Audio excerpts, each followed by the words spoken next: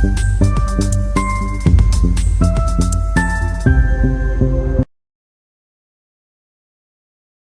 Chart को हम लोग समझ लेते हैं मार्केट किस तरीके से बायर और सेलर को बिठाने की कोशिश किया है।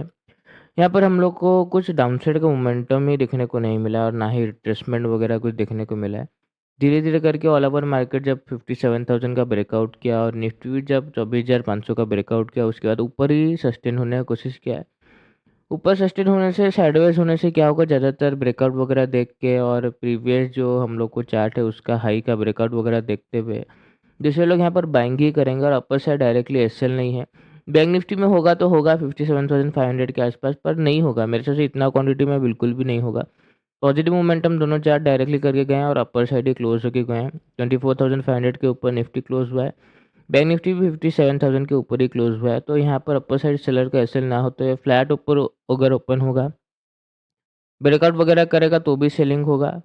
ब्रेकआउट वगैरह नहीं करेगा तो भी यहाँ पर सेलिंग होगा। गैप डाउन ओपन होगा तो वैसे भी ये बाय ट्रैप हो जाएगा।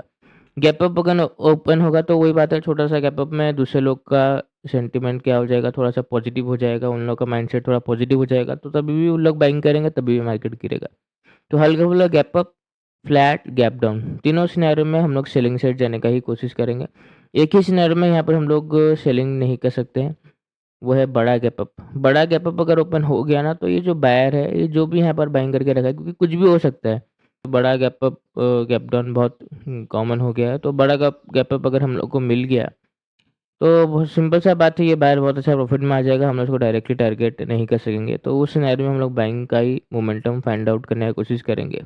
नहीं तो फ्लैट, हल्का फुल्का गैप अप, गैप डाउन और भी अच्छा रहेगा, सेलिंग से लेने की कोशिश करेंगे। ऑन द स्पॉट सिचुएशन थोड़ा चेंज हो सकता है, प्रॉपर कंफर्मेशन के साथ ही ट्रेड करना। धन्यवाद।